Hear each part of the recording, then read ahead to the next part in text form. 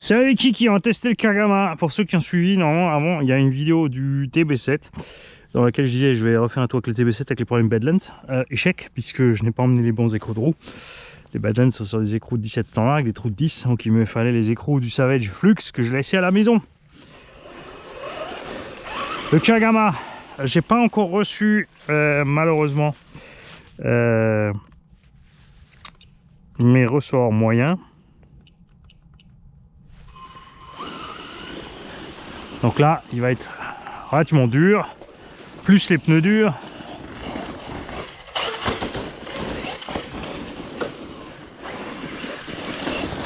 Donc ça va être moins confortable à rouler un peu peut-être, on va voir ça. C'est vrai que ça a l'air pas trop mal. Hein.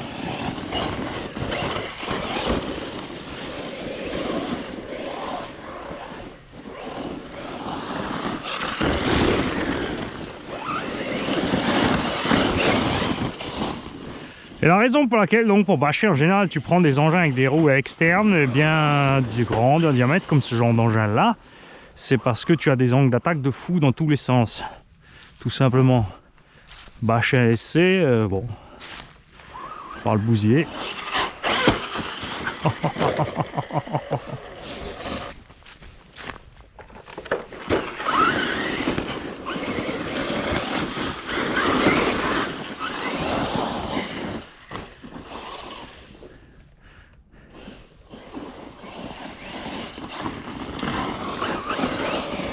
Alors LED c'est un petit truc chinois, c'est pas pour ce véhicule spécialement.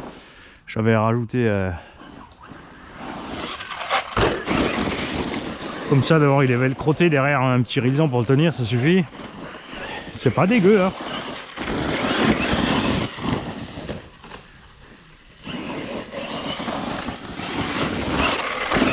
Et on va donc voir comment il va s'en sortir. Parce que là, on est dans des températures où avec le Chronos, soit le V1 ou le V2, Jumbo compagnie, on avait déjà des soucis. J'ai donc deux fixations d'aileron au bas-haut. Arma ou un des deux, au bas ou Arma. De toute façon, j'ai pris ce qui traînait dans la caisse. Puisque les fixations d'aileron d'origine, ça va pas du tout.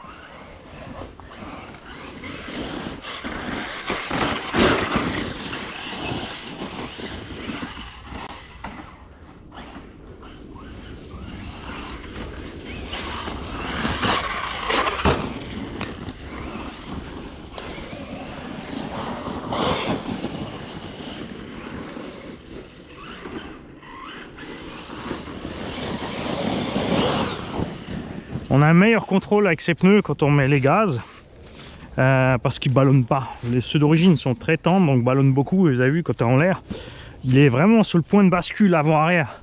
Donc le moyen de coup de gaz ou de frein en trop, il se déséquilibre avant-arrière. Si tu es parti un petit peu en travers sur le saut, il vole bien, hein, c'est juste qu'il est sensible par rapport à un sledge.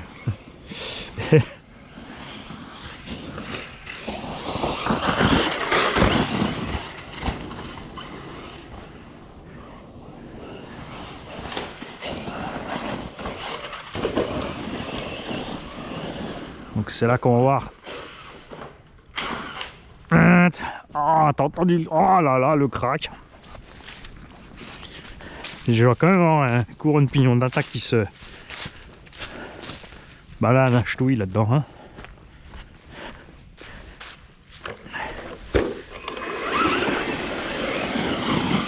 Ah non, ça va.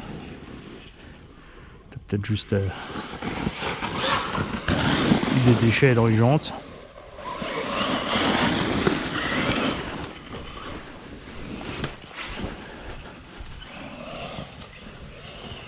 Et je vous confirme donc qu'il y a plusieurs abonnés qui m'ont écrit au sujet des jantes, ils ont eu le même souci. Donc comme le plastique est mou, la jante se desserre relativement vite. Et une fois qu'elle a glissé un tout petit peu sur l'hexagone, même si t'as beau serrer, c'est trop tard.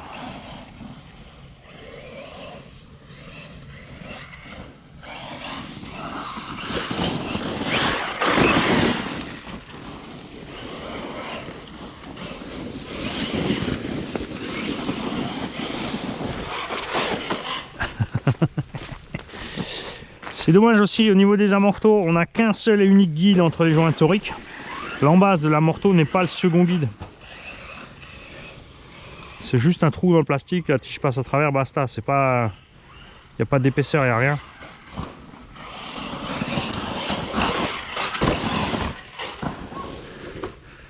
En fait, il est mieux à rouler avec ces roues-là qu'avec les origines.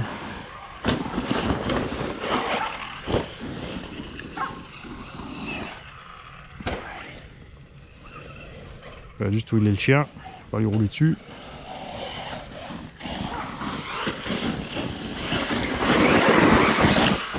Hein, t'as vu? Non, non, que j'accélère.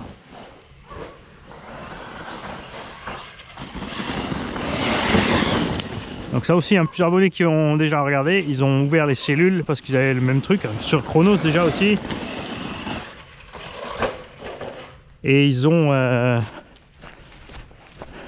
rajouté un chime côté couronne. Et ce qu'ils ont constaté, c'est que les roulements bougent dans les logements de cellules, pignon d'attaque. Donc on a le pignon qui bouge, un peu comme ce que je vous ai montré sur le X-Max avec l'ensemble GPM. Quand tu as les roulements pas assez serrés, il y a tout qui se balade. J'ai freiné parce que j'étais dans l'angle de l'arbre. Mais t'as vu, hein, quand t'as entendu quand je freine, on a le sale bruit là.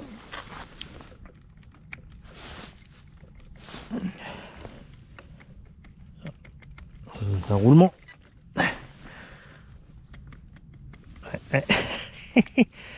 Ça, vous inquiétez pas, ils ont tous. De toute façon.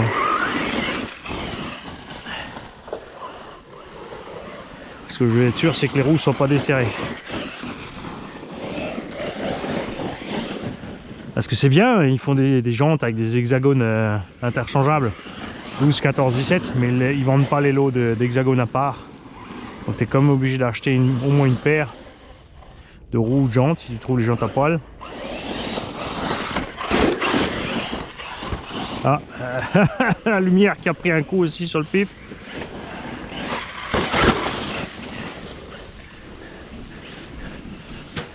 Ouf.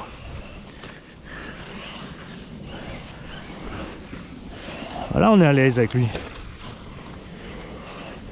Là on est à l'aise.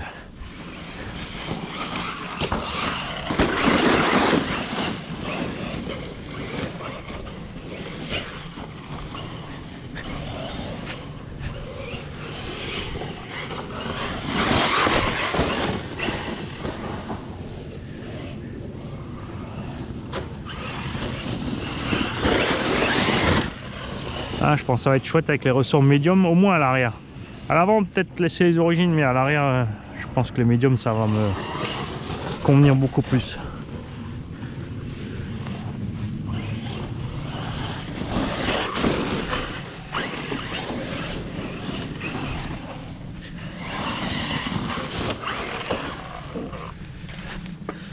On a toujours les skids, tout va bien.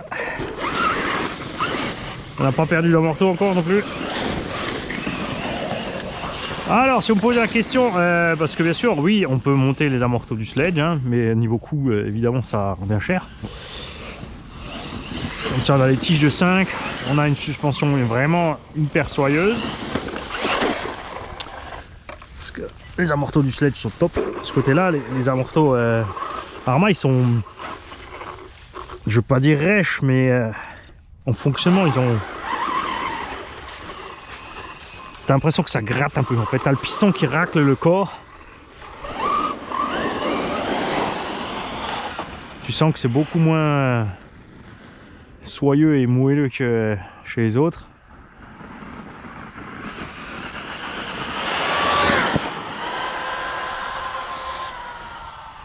On a l'avantage des pneus qui ballonnent pas par contre là. C'est flagrant. Et la VMAX suffit toujours, hein.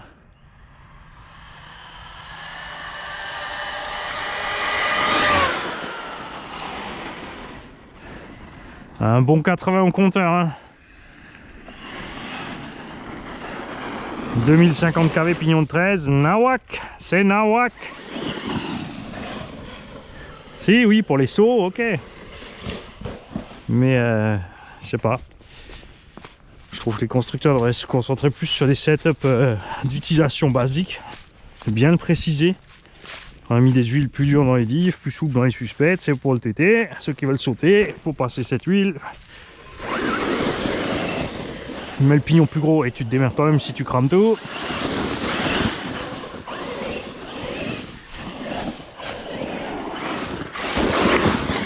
Je rappelle que j'ai un 1650 kV avec un pignon de 13.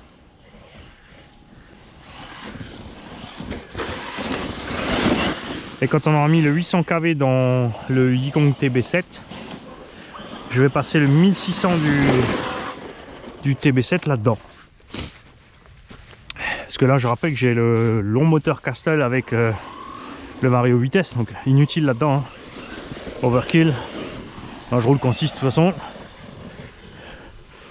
Mais ça m'immobilise un Vario vitesse pour rien.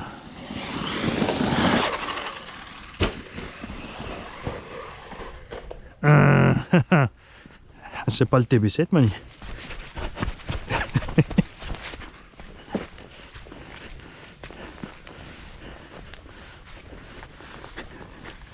Oh la patouille.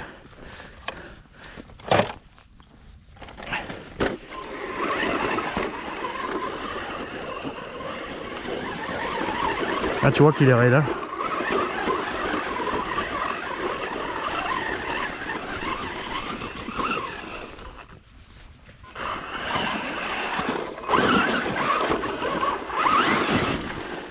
On va devoir voir ce qui arrive avant de foncer. Il faut se méfier, les petits vieux à vélo électrique qui sont rapides maintenant. Je les entends pas arriver, ils sont passés.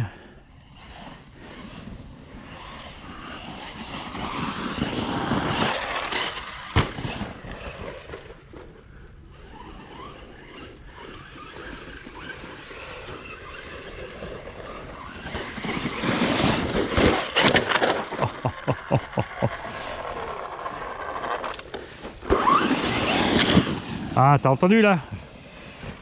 Crac, crac, crac. C'est vraiment fond de patate, hein.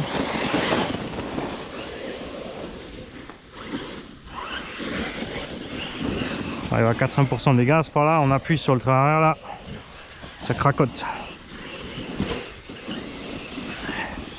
Évidemment, le fait d'avoir un diff central plus dur, hein, ça provoque un peu plus la chose aussi.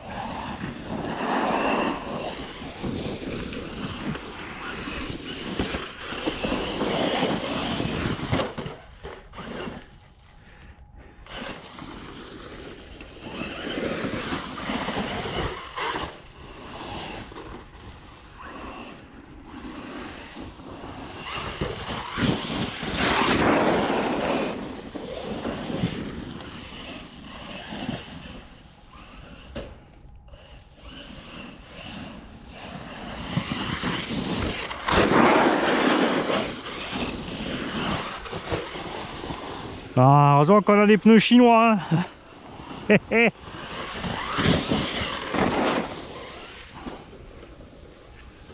On va laisser passer monsieur dame. Bonjour. Bonjour.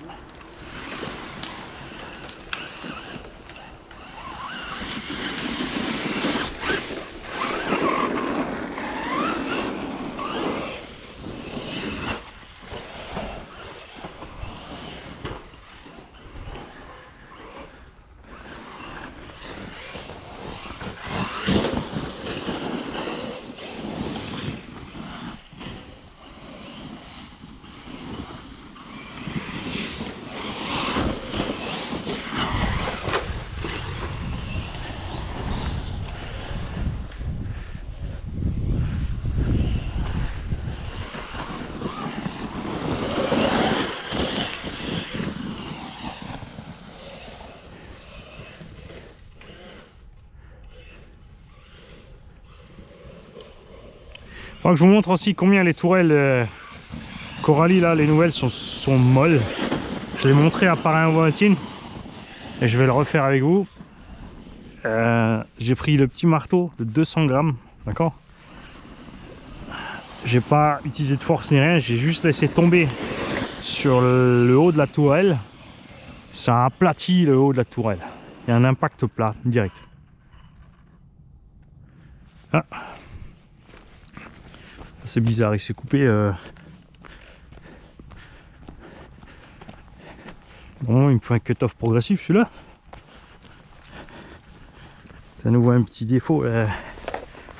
Ah ouais, la carreau déjà craqué aussi. Parce que c'est le capteur chaque fois qui... Ouais. Rien à faire avec ce capteur hein, sur ce moteur Castel.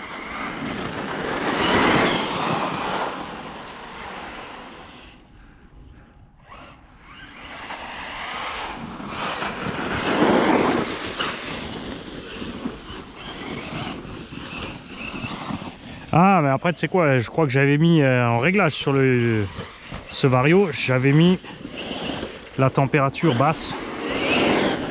Je crois à 85 degrés le moteur.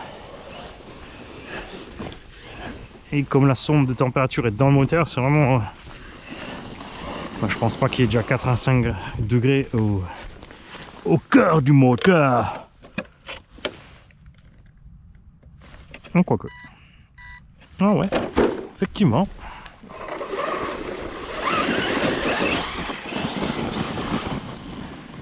Bon, j'ai pas de ventilo ni rien. Hein.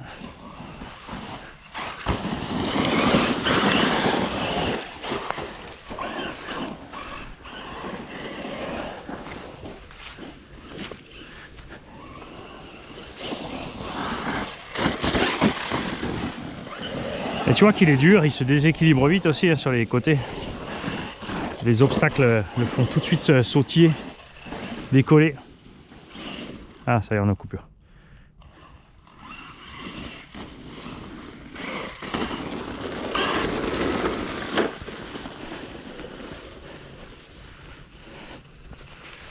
Ah, et ben franchement, je suis content. On a donc bien un bruit de diff à l'arrière. Clairement, il faudra ouvrir cette cellule. Alors ça m'embête un peu de racheter les cellules alu à 70 € quand même. Si je sais même pas aussi si l'ajustement dans les cellules alu est propre. Bon après encore ça va, on pourra les coller facilement tous les roulements. On a reçu assez de l'octite d'emmanchement de la part de RC Monkey. Merci à toi encore une fois. Je crois que c'est ce qu'on va utiliser ici. Alors maintenant on va vérifier, la batterie est tiède, tranquille, on est bien. Nous allons vérifier ensemble les cardans. Parce que là, quand même un paquet d'impact sur les roues. Tout va bien. Tu vois, c'est là, comme tu as plein de matière ici, ça te forcément, comme c'est plus épais, tu butes plus vite et tu perds de l'angle de direction. Mais tu as vu, sur du terrain glissant, ça va à merveille. Hein. Sur là où il y a du grip, c'est vraiment dans la pelouse, c'est un peu plus marqué, mais tu peux tricher en partant du popotin. Enfin, c'est un engin de loisir, hein, je ne fais pas de compète, donc ça m'est égal. Alors, on a très peu de place entre les triangles arrière et les noix, par contre, avec mon débattement bien sûr au max.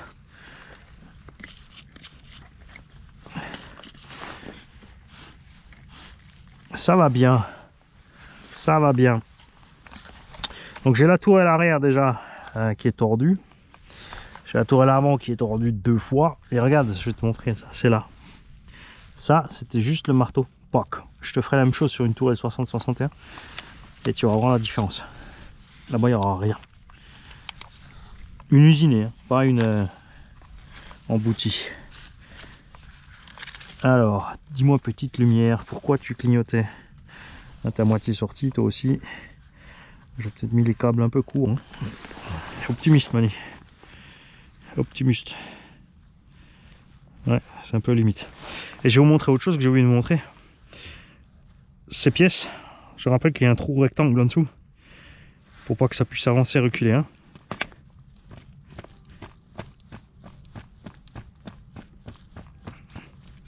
Avec le temps, je pense que ça va se déchirer. Je pense que ces tubes vont s'ouvrir à un moment. Sur un gros choc au milieu du châssis, on risque de les ouvrir. Je suis impatient de savoir aussi de la part de... J'ai pas réussi à lui faire lâcher le morceau, monsieur Engelen, pour les 2 trous en plus dans le châssis, si c'est bien pour un slipper en ciel. Parce que là, ça serait de la balle. Hein. On va vérifier ensemble aussi. Triangle, ok. Parce que là, on a tapé un paquet de fois. Celui-là, il a du jeu. Hein. C'est celui qu'on avait déjà déglingué. Ah non, c'est celui-là qu'on avait déglingué. Donc lui, il se balade. Lui, il commence aussi. C'est le plastique qui est dans les inserts, dans les cales de train. Le plastique est le même que dans l'aileron. Il est extrêmement tendre. Et en fait, il s'ovalise très vite. Donc, on va profiter de l'intervention sur le diff arrière pour regarder ça de plus près. Ça, c'est aussi le genre de truc embêtant parce que bien sûr, pas facile de trouver après un truc qui rentre exactement dans la même place. Pour ma part, je pense que je vais passer par RC by J pour faire les cales de train complètes en alu sans insert. Avec des angles fixes, parce que lui il peut percer avec le 1 degré que je voudrais et puis l'anti-squat arrière. Et voilà, donc comme celui-là je vais m'en servir plus tout terrain, on va mettre 3 degrés d'anti-squat donc d'attaque, ce que tu veux, c'est la même chose. Pas donc d'attaque j'ai oublié le nom.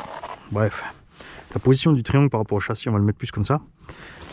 Et juste un petit degré de pincement. À l'arrière, on a un cavalier d'une autre marque qui tient le coup. Devant, on a donc la vis en 12,9 qui tient mieux le coup que le cavalier. Et les 2 autres, pour l'instant, ça va encore. Mais tu vois que la tourelle, regarde. Et je suis venu ici, ça c'était, d'accord? Ce côté-là était droit. Il n'y en a rien vécu de vraiment méchant. La tourelle est vraiment super tendre. Dommage d'un côté que la carreau éclate, d'un autre côté pas vraiment parce qu'il n'y a rien à faire. Je m'y habitue pas, elle est vraiment trop moche cette carreau. Salut les gars.